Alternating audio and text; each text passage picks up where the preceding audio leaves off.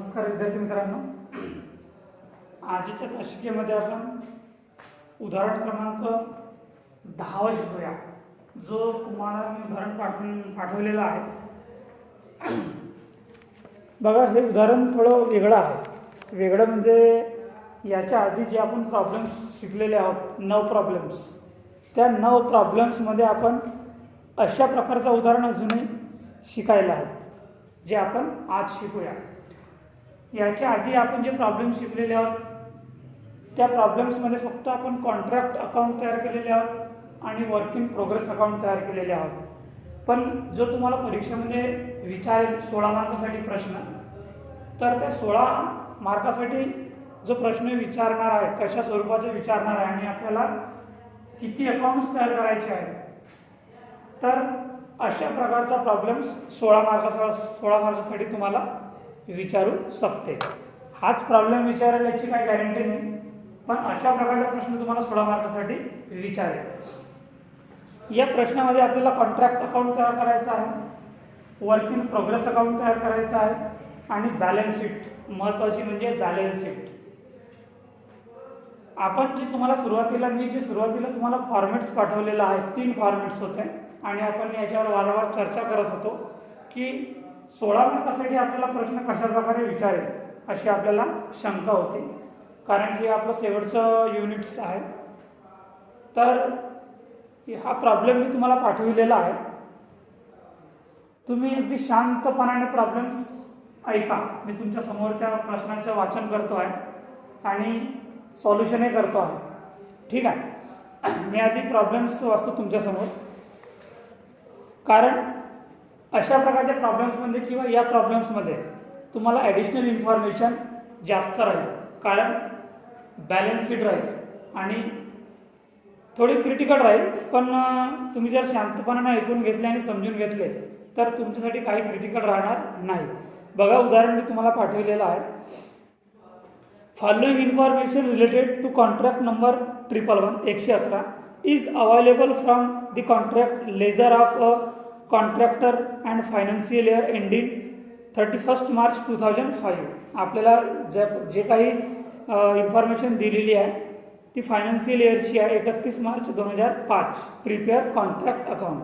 पर्टिक्युलर्समध्ये आपल्याला दिलेलं आहे की material supplied from the contract 4 lakh, wages 1,68,000, direct expenses 1,54,000, machinery sent to contract 3,66,000, sales of scrap 21,000 and additional information. आता बघा, ॲडिशनल इन्फॉर्मेशन पॉईंट नंबर 1.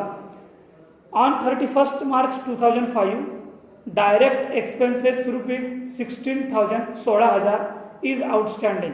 आपल्याला direct expenses वर सुद्धा दिलेला आहे आणि आपल्याला आउटस्टँडिंग सुद्धा दिलेला आहे 16,000 रुपये. तर जो आपल्याला वर दिलेला आहे पर्टिक्युलर्सच्या कॉलममध्ये डायरेक्ट एक्सपेन्सेस, त्या डायरेक्ट एक्सपेन्सेसमध्ये आपला आउटस्टँडिंग एक्सपेन्सेस प्लस होईल.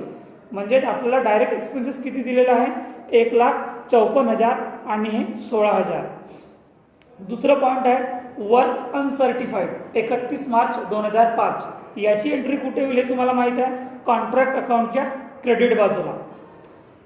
Machinery valued at ₹20,000 and material costing ₹30,000 were loss due to fire. हा आपल्याला लॉस झालेला आहे, मशिनरीवर लॉस झालेला आहे आणि मटेरियलवर सुद्धा लॉस झालेला आहे.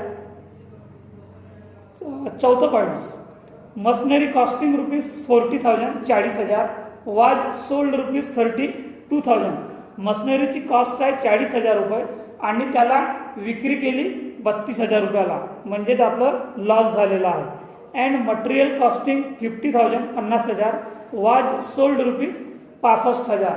मटेरियलची व्हॅल्यू आहे 50,000 रुपये आणि त्यांनी विकलेला आहे तो मटेरियल 65,000 रुपयाला, म्हणजेच 15,000 रुपये आपल्याला प्रॉफिट झालेला आहे. Point number 5, depreciation on machinery up to 31 March 2005 was ₹1,60,000. हा आपला डिप्रिशिएशन आहे मशिनरीवर घसारा. 6 number point, stock of material at site on 31 March 2005 was ₹60,000 60,000 हा काही आपला आहे मटेरियल ऑन स्टॉक, म्हणजे बॅलन्स आहे आपल्याकडे स्टॉक आहे म्हणजे बॅलन्स आहे.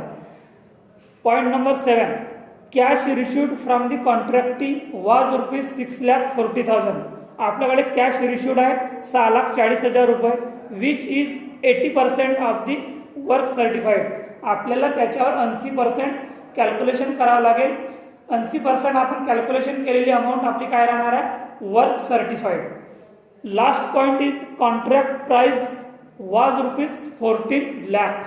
कॉन्ट्रॅक्टची प्राइस आपल्याला आहे 14 लाख रुपये. नंतर बघा आपल्याला प्रिपेअर, आपल्याला सोल्युशन काय करायचं आहे, कॉन्ट्रॅक्ट नंबर 111 अकाउंट म्हणजे आपल्याला कॉन्ट्रॅक्ट अकाउंट तयार करायचं आहे. Point number 2 work in progress account तयार करायचं आहे. आणि point number 3 position of contract of balance sheet on 31 March 2005. आपल्याला बॅलन्स शीट सुद्धा तयार करायची आहे.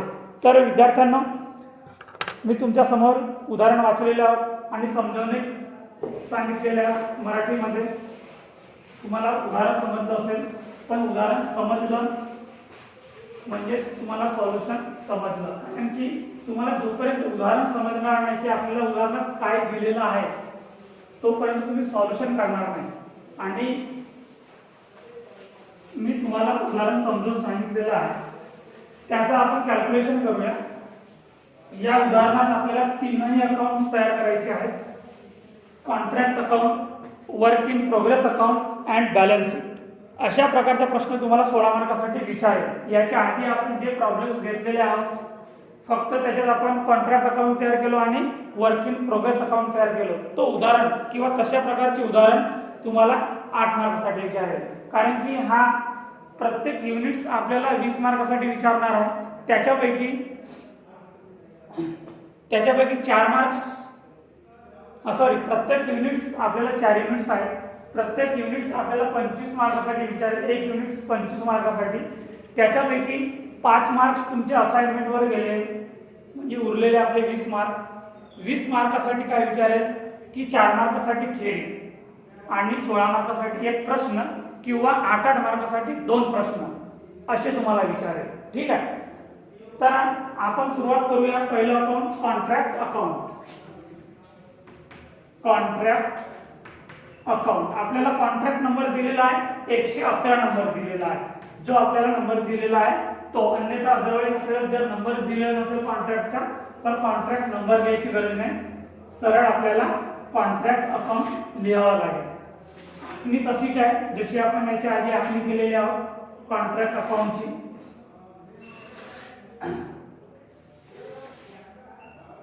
पर्टिक्युलर्स रुपीज,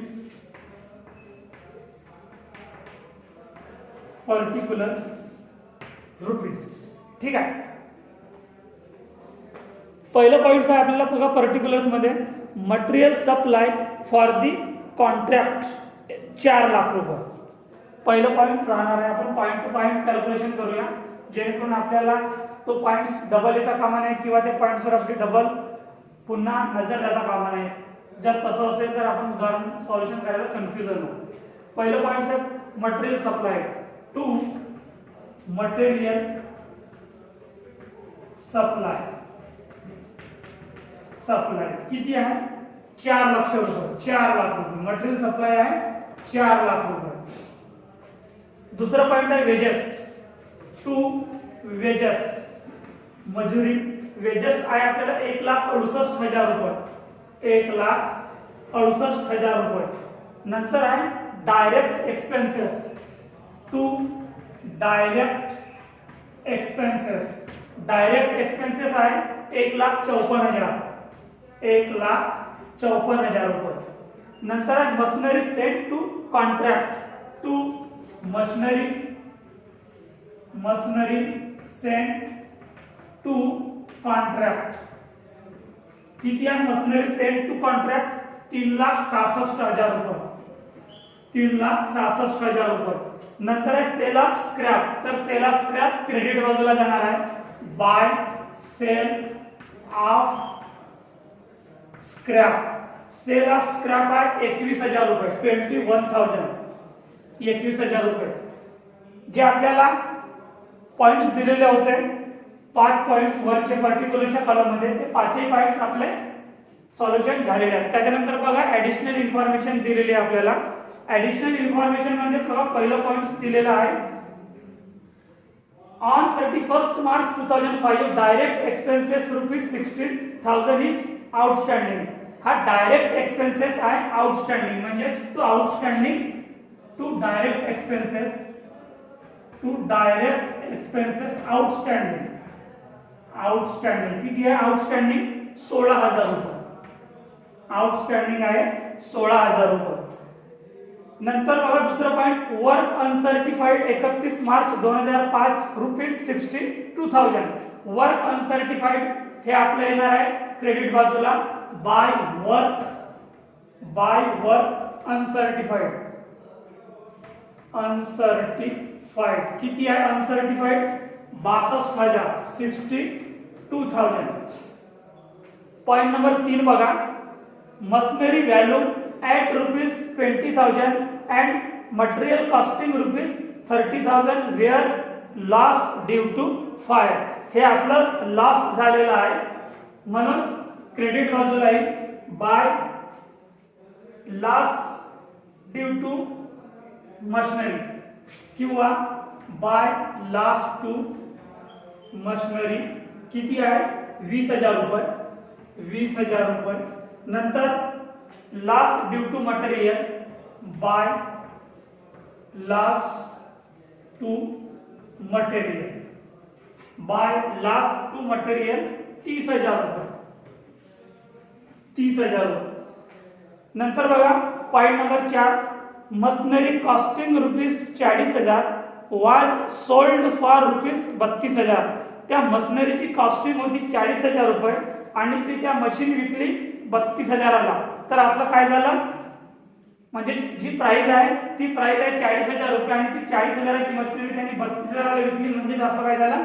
लॉस झाला आहे. ठीक आहे, म्हणजे loss of machinery by loss of machinery 40,000 काय तिची कॉस्ट आहे 40,000 रुपये आणि सोल्ड म्हणजेच त्यांनी ती विक्री केलेली आहे 32,000 रुपयाला.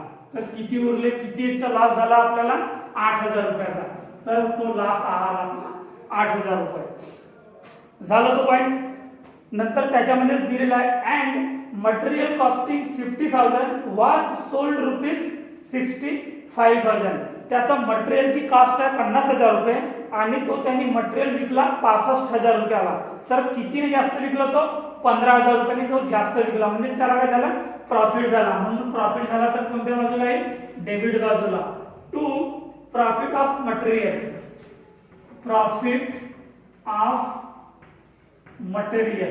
ठीक आहे.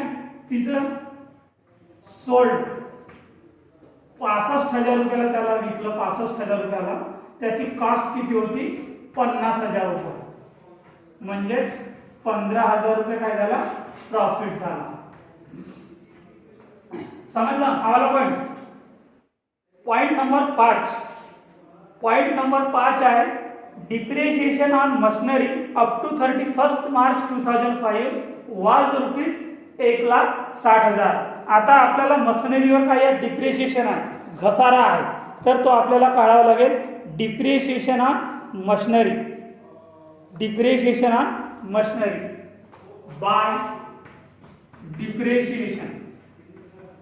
Depreciation on machinery. मी याला वर्किंग नोट लिहितो आहे कारण तुम्हाला मी वर्किंग नोट यासाठी सेपरेट लिहून देतो आहे की तुम्हाला समजण्यास सोपं होईल. Working note depreciation on machinery. ठीक आहे. बघा काय काय उदाहरण दिलेलं आहे आपल्याला. पहिला जो कॉलम आहे आपला पर्टिक्युलर्स मध्ये, त्या पर्टिक्युलरच्या कॉलम मध्ये आपल्याला मशिनरीची व्हॅल्यू किती आहे? कॉन्ट्रॅक्ट साठी 3,66,000 रुपये. म्हणून लिहा मशिनरी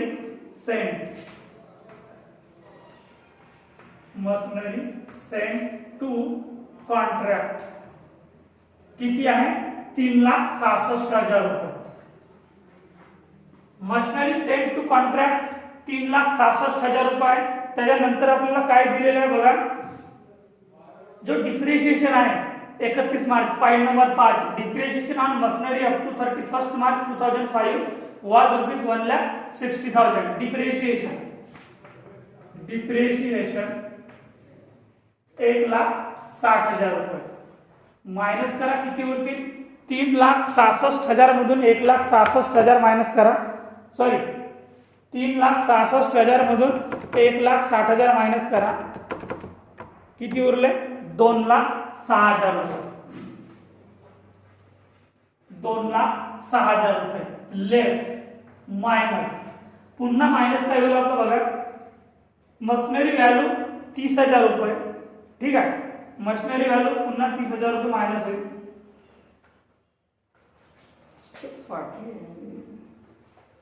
तो आपल्याला दिलेला आहे 3 नंबर पॉइंट मध्ये. मशिनरी व्हॅल्यू लेस मशिनरी व्हॅल्यू. मशिनरी व्हॅल्यू किती आहे? 20,000 रुपये. 2,06,000 मधून 20,000 मायनस केले तर किती उरतील? 1,86,000.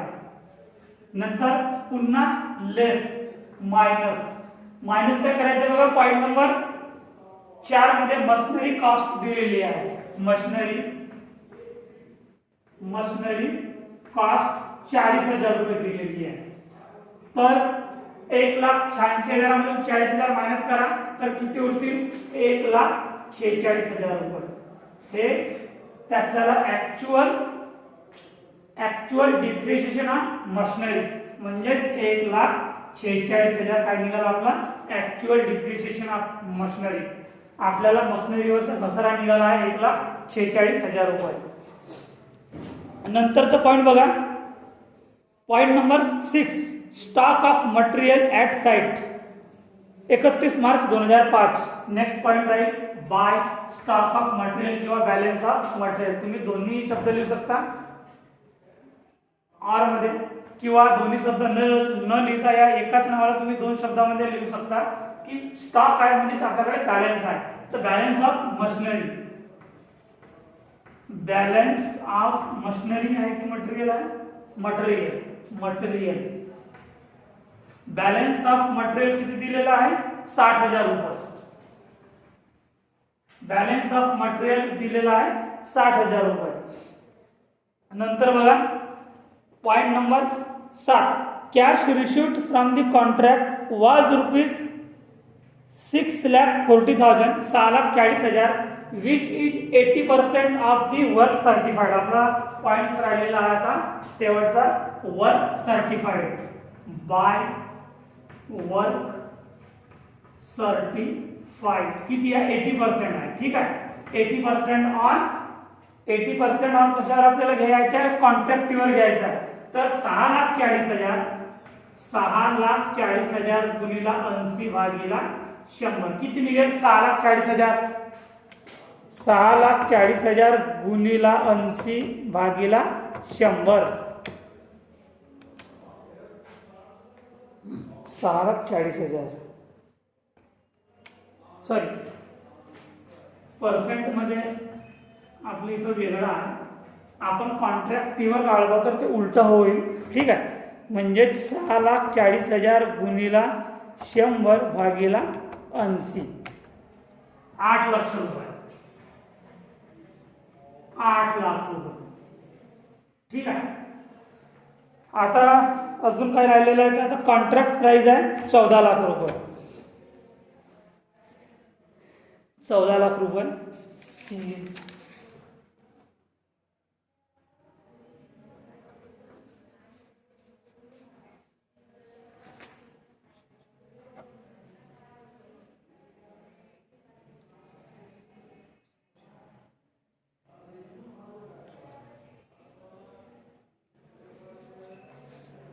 आता बघा आपलं एक पॉइंट राहिलेला आहे तरी सुद्धा बघा आपल्याला सेल्स दिलेला आहे. बघा point number 4, machinery costing rupees 40,000 वाज सोल्ड, म्हणजेच ती मशिनरीची सेल व्हॅल्यू किती आहे? 32,000 रुपये. ठीक आहे, म्हणजेच पॉइंट राहणार आहे by sale of machinery, sale of machinery किती राहणार आहे 32,000 रुपये सेल ऑफ मशिनरी. त्याच्याच खाली पॉईंट दिलेला आहे, पॉईंट नंबर किती आहे आपलं 4. सेल ऑफ मशिनरी 32,000 आणि sale of material 65,000. By sale of material 65,000, sales of machinery 32,000 आणि सेल्स ऑफ मटेरियल 65,000. आता याची करा तुम्ही बेरीज. बघा उदाहरण मोठं आहे आणि तशाच प्रकारे आपल्याला सॉल्युशन करायचं आहे. आता याची बेरीज करा. डेबिट बाजूची किती बेरीज येत आहे 4 लक्ष plus 1,68,000 plus 1,54,000 plus 3,66,000 plus 16,000 plus 15,000 किती निघाली आहे 11,19,000. किती निघाली आहे 11,19,000. मी रफ मध्ये लिहितो आहे 11,19,000. आता क्रेडिट बाजूची टोटल करतो आहे मी 21,000 plus 62,000 plus 20,000 plus 30,000 plus 8,000 plus 1,46,000 plus 60,000 plus 8 lakh plus 32,000 आणि 65,000 किती निघाली आहे 12,44,000. 12,44,000. ठीक आहे. जास्त टोटल आपली क्रेडिट बाजूची आहे 12,44,000. 12,44,000. तर इकडले टोटल किती यायला पाहिजे 12,44,000. ठीक आहे. तर आता या बाजूची टोटल डेबिट बाजूची टोटल कमी आहे किती आहे 11,19,000. तर 12,44,000 मधून 11,19,000 मायनस करा. 11,19,000 किती होतील 1,25,000. काय राहणार आहे टू प्रॉफिट किती राहणार आहे 1,25,000 टू प्रॉफिट किंवा बॅलन्स. म्हणजे बॅलन्स लिहू शकता तुम्ही. बॅलन्स लिहिल्यानंतर तुम्हाला लक्षात येईल की हा बॅलन्स आहे. नाहीतर तुम्ही असं नुसतं प्रॉफिट लिहून ठेवलं तर विचार कराल की हे कुठून प्रॉफिट आहे कुठे आहे उदाहरणानंतर दिसून नाही राहिला. म्हणून बॅलन्स लिहिलेलं तुमच्या लक्षात येईल की हा बॅलन्स यासाठी आहे की आपली त्या बाजूची टोटल जास्त आहे या बाजूची टोटल कमी आहे म्हणून हे निघालं आपलं बॅलन्स 1,25,000. बॅलन्स आपण सीडी लिहितो कारण आपल्याला ट्रान्सफर करायचा आहे हा बॅलन्स तो प्रॉफिट. ठीक आहे. समजलं विद्यार्थ्यांना. महत्वाचं याच्यात कॉन्ट्रॅक्ट अकाउंट आहे आणि खूप लांबलचक आहे. त्या सर्व प्रकारे आपण सेपरेट कॅल्क्युलेशन सुद्धा तयार केलेले आहे. मी तुम्हाला वर्किंग नोट सुद्धा लिहून दिलेला आहे. ठीक आहे.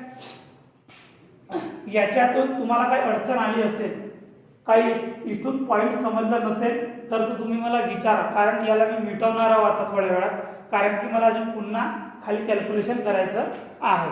ठीक आहे. कारण आपल्याला याच्यावरचं काय काढायचं आहे वर्क इन प्रोग्रेस काढावं लागेल. ठीक आहे. तर याच्यात जागा अपुरी पडल्यामुळे मी याला कंटिन्यू करतो आहे पण वरचं अकाउंट तुम्ही तसंच ठेवा फक्त खाली लिहा तुम्ही आपल्या रजिस्टरमध्ये. खाली जागा नसल्यामुळे मी इथे कंटिन्यू करतो आहे. ठीक आहे.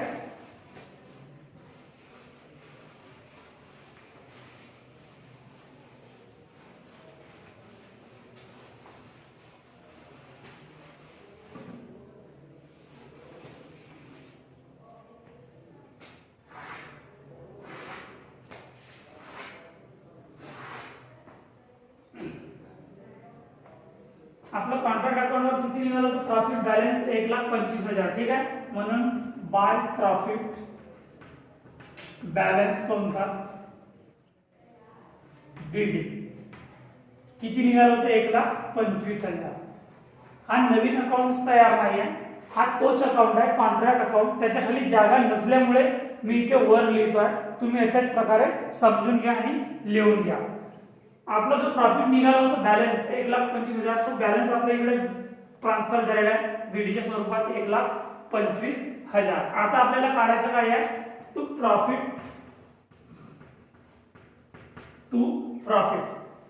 आता प्रॉफिट काढण्यासाठी तुम्हाला फॉर्म्युला दिलेला आहे, तुम्हाला फॉर्म्युला पाठविलेला आहे, तुम्ही याच्या आधी त्याचा उपयोग सुद्धा केलेले आहे.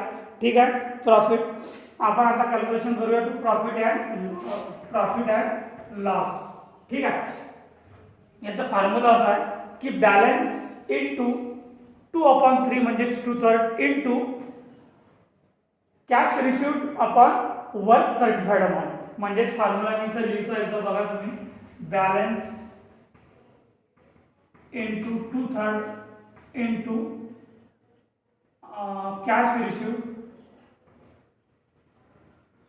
Received upon work certified. ठीक आहे. मी फॉर्म्युला लिहिलेला आहे. आता बघा त्याची व्हॅल्यू. आपल्याकडे बॅलन्स किती आहे, 1,25,000.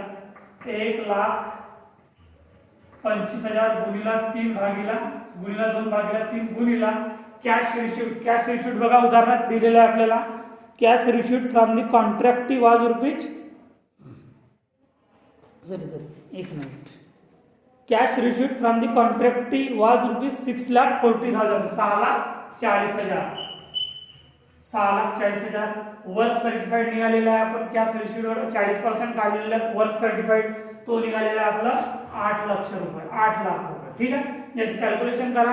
1,25,000 गुणिला 2/3 गुणिला 6,40,000 भागीला 8 लाख म्हणजे 1,25,000 गुणिला 2/3 गुणिला 6,40,000 भागीला 8 लाख किती निघालेला आहे, 66,667. 66,667. ठीक आहे. तर हे एंट्री आपली एवढीच राहणार आहे. आता टोटल काय झालेलं आहे आपलं, 1,25,000. 1,25,000 इकडली टोटल 1,25,000. आता इकडली टोटल तर 66,667 आहे. तिकडली टोटल आहे क्रेडिट बाजूची 1,25,000. तर आपलं इथं काय निघेल, टू वर्क इन प्रोग्रेस. कोणसा मध्ये लिहा, बॅलन्स जो बॅलन्स येत असेल तर तुम्ही बॅलन्स लिहा, कारण की तुमच्या लक्षात सुद्धा राहणार आहे की वर्क इन प्रोग्रेस आपण तो नाव दिलेला आहे त्या बॅलन्सला. आता 1,25,000 मधून 66,667 मायनस करा. 1,25,000 मायनस 66,667 तर 58,333. 58,333 हा काय निघालेला आहे आपला वर्क इन प्रोग्रेस. हा ट्रान्सफर होईल आपला. आपण जेव्हा वर्क इन प्रोग्रेस अकाउंट तयार करूया तेव्हा तो आपला ट्रान्सफर होईल वर्क इन प्रोग्रेस. तर विद्यार्थ्यांना आपला इथपर्यंत फक्त कॉन्ट्रॅक्ट अकाउंट संपलेला आहे, म्हणजे आपलं पहिलं अकाउंट संपलेला आहे. तो तुम्हाला समजलं असेल, जर समजलं नसेल तर तुम्ही मला विचारा. ठीक आहे. मी याला मिटवतो आणि याच्या नंतर लिहितो वर्क इन प्रोग्रेस अकाउंट. ठीक आहे.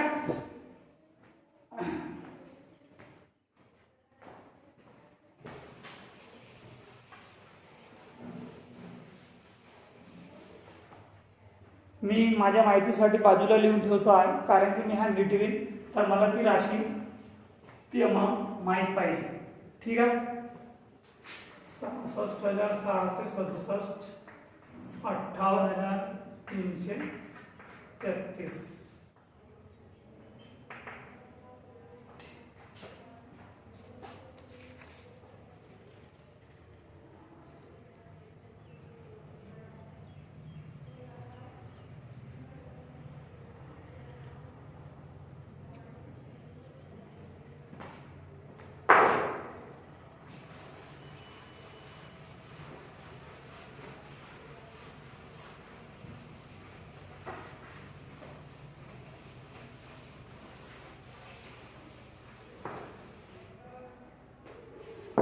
आता आपण तयार करूया work in progress account. Work in progress account. Work in progress account.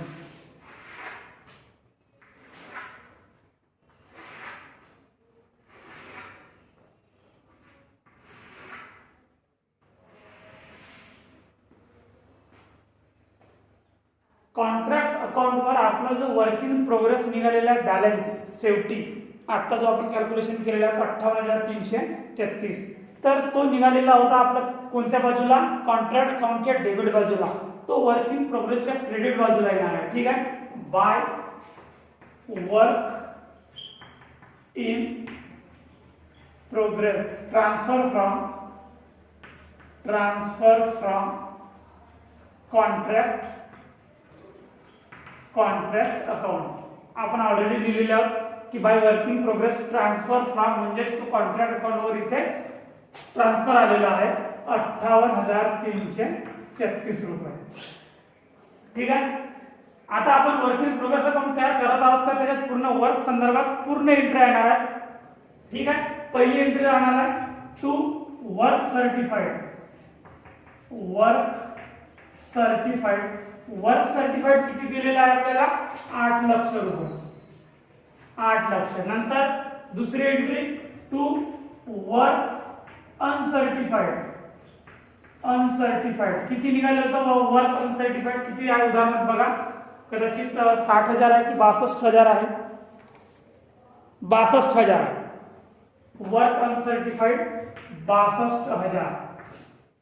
नंतर वर्क सर्टिफाईड नंतर अजून आपला कोणता खर्च आहे, बॅलन्स ऑफ मशिनरी आहे जो आपण डिप्रिशिएशन काढलेला होता, डिप्रिशिएशन ऑन मशिनरी 1,46,000 रुपये आणि बॅलन्स ऑफ मटेरियल, हे सगळं आपलं बॅलन्स जेवढं आपल्याकडे उरलेलं आहे तेवढं आपल्याकडे इथे एंट्री होणार आहे. टू बॅलन्स ऑफ मशिनरी किती आहे, 1,46,000 रुपये.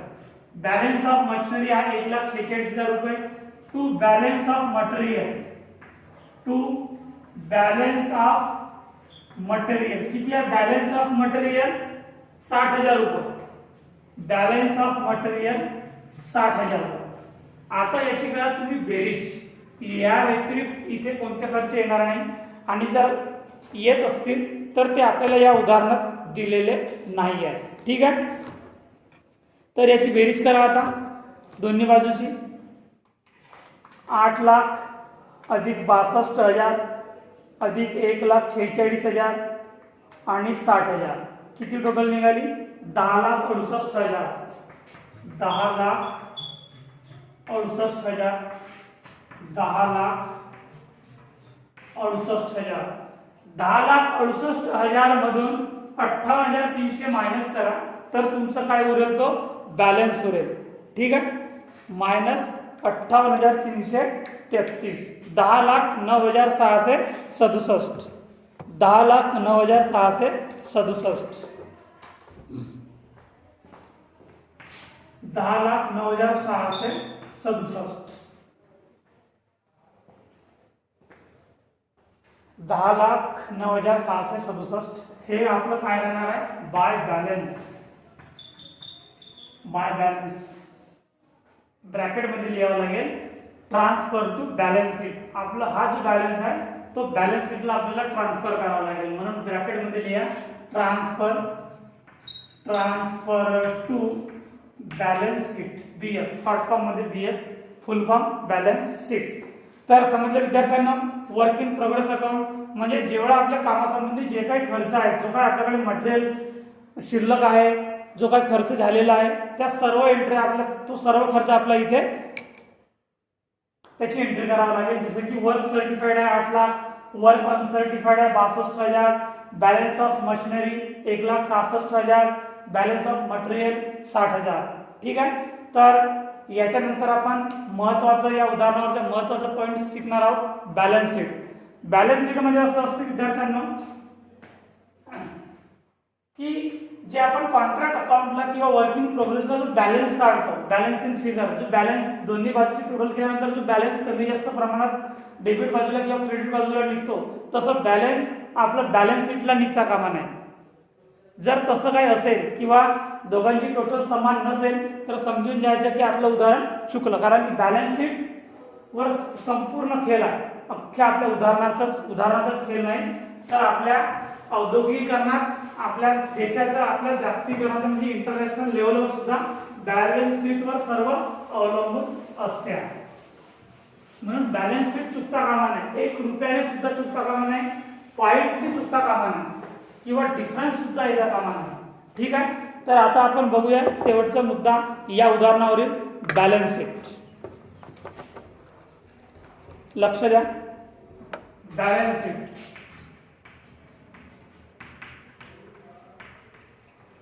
बॅलन्स शीट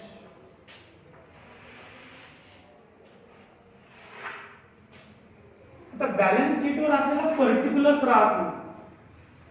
एक लायबिलिटीज राहते आहे आणि एक असेट राहते आहे.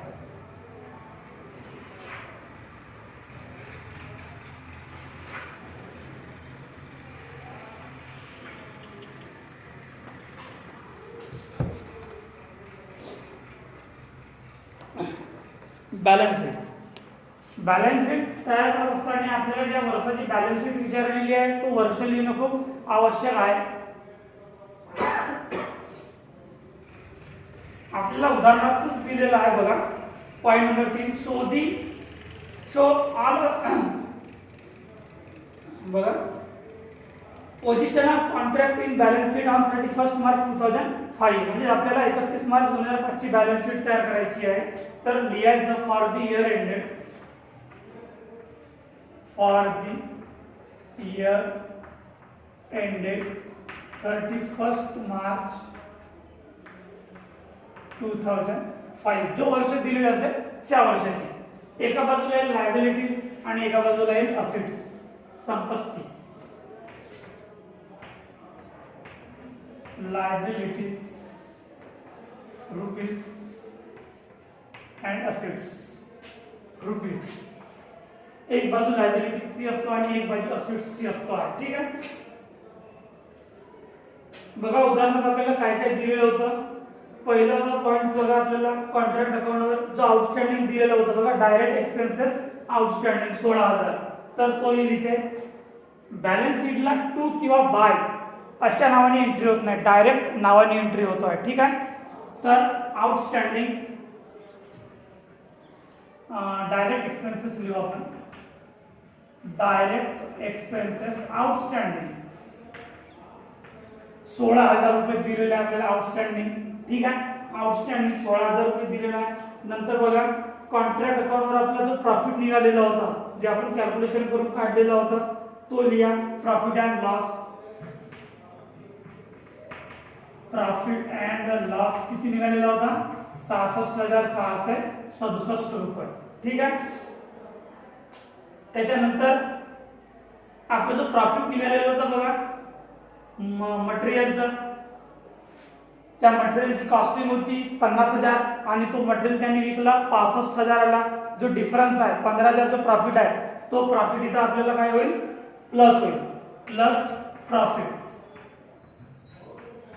बघा एंट्री करत असताना मी कशा प्रकारे एंट्री करत आहोत की प्रॉफिट जे काय प्रॉफिट आपल्याला निघालेले असतील मटेरियल वर प्रॉफिट म्हणा किंवा मशिनरीवर प्रॉफिट म्हणा जे काय आपलं प्रॉफिट निघाले असेल त्याची एंट्री आधी करून टाकायची आणि नंतर जो लॉस निघालेला असेल मग तो मटेरियलवर असो लॉस किंवा मशिनरीवर असो. ठीक आहे. तर आधी प्रॉफिटची एंट्री बघा. प्रॉफिट अँड लॉस अकाउंट जो आपण कॉन्ट्रॅक्ट अकाउंटला तयार केलेला होता जो कॉन्ट्रॅक्ट अकाउंटवर आपला प्रॉफिट निघालेला होता 66,667. नंतर याच्यात प्रॉफिट लिहा. प्रॉफिट ऑफ मटेरियल किती निघालेलं होतं मटेरियलवर प्रॉफिट आपला 15,000 रुपये. त्याच्या व्यतिरिक्त आपलं प्रॉफिट निघालेलं होतं का नाही. तर या दोघांची टोटल करा 66,667 66,667 प्लस 15,000 66,667 प्लस 15,000 81,667 81,667. आता लॉस आपल्याला काय करायचं लॉस मायनस करावा लागेल कारण की आपल्या दोन्ही एंट्री प्रॉफिट ज्या होत्या त्या प्लस झालेल्या आहेत. आता जे काय आपला लॉस निघालेला असेल तो लॉस इथून आपला मायनस होईल. बघा लॉस आपला कशावर निघालेला होता. Loss of machine. Loss of machine बघा त्या मशिनरीची कॉस्ट होती 40,000 रुपये आणि ती मशीन विकल्या गेली 32,000 रुपयाला. जो आपला लॉस झालेला आहे 8,000 रुपये. तर तो लॉस इथून मायनस करावा लागेल. लॉस ऑफ मशिनरी किती 8,000 रुपये. इथून 8,000 मायनस करा. 81,667 मायनस 8,000 रुपये किती उरतील? 73,667 रुपये. 73,667 रुपये. अजून लॉस कुठे निघालेला आहे का तर बघा. लॉस अजून कुठे निघालेला आहे का? लॉस पॉइंट नंबर 3 बघा. Point number 3, machinery value at ₹20,000 and material costing ₹30,000 were loss due to fire. हा सुद्धा आपल्याला लॉस झालेला आहे. ठीक आहे. तर loss due to fire minus loss due to fire. हा फायरवर आपण लॉस झालेला आहे. 20,000 आणि 30,000 50,000 मी दोघांची टोटल एकत्र लिहितो आहे आणि ब्रॅकेटमध्ये लिहितो आहे 20,000 आणि 30,000, जेणेकरून तुम्हाला समजण्यास सोपं होईल. तर 73,667 मायनस 50,000 मायनस 50,000 किती उरतील? 23,667 रुपये. 23,667 रुपये. 23,667 रुपये. याच्या व्यतिरिक्त अजून आपली काही एंट्री येणार आहे का याच्यात? नाही. ठीक आहे.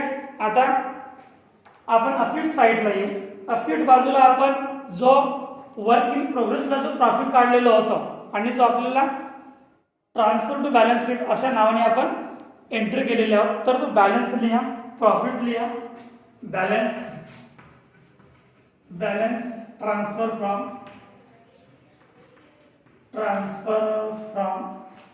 वर्क इन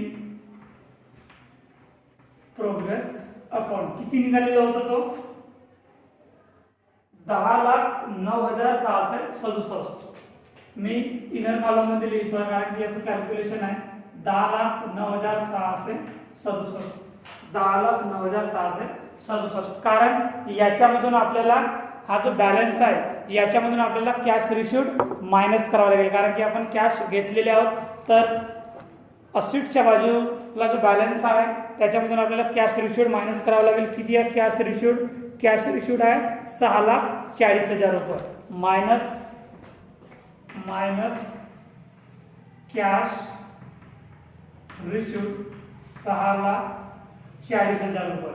तर 10,09,667 10,09,667 मायनस 6,40,000 किती झालेले आहेत? 3,69,667. 3,69,667. 3,69,667 फायनल कॉलममध्ये लिहितो आहे. याच्यानंतर अजून काही एंट्री येतील का बघा. याच्यानंतर काही एंट्री येणार नाही. आता दोघांची टोटल करा, बेरीज करा. 16,000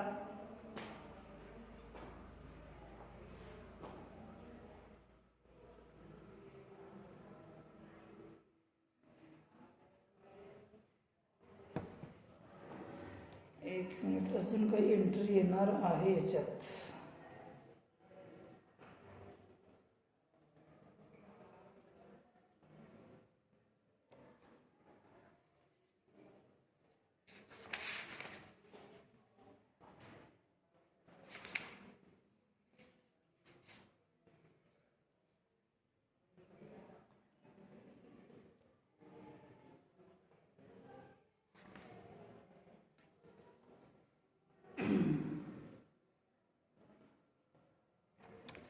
$16,000 प्लस 23,667.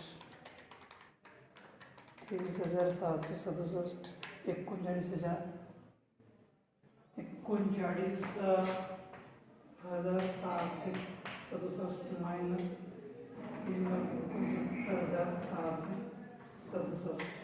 3,30,000चा डिफरन्स आहे. तर 3,30,000चा डिफरन्स आहे.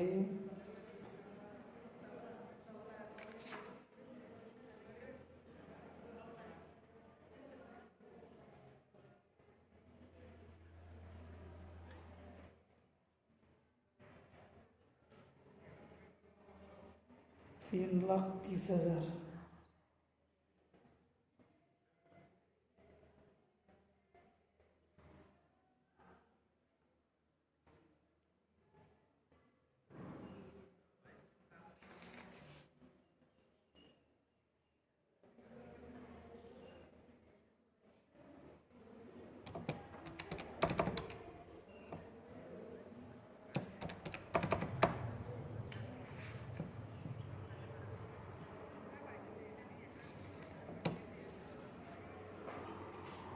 विद्यार्थ्यांना काहीतरी उदाहरणामध्ये काहीतरी पॉईंट्स ते दिलेलं नाही आहे किंवा काहीतरी मिस्टेक आहे.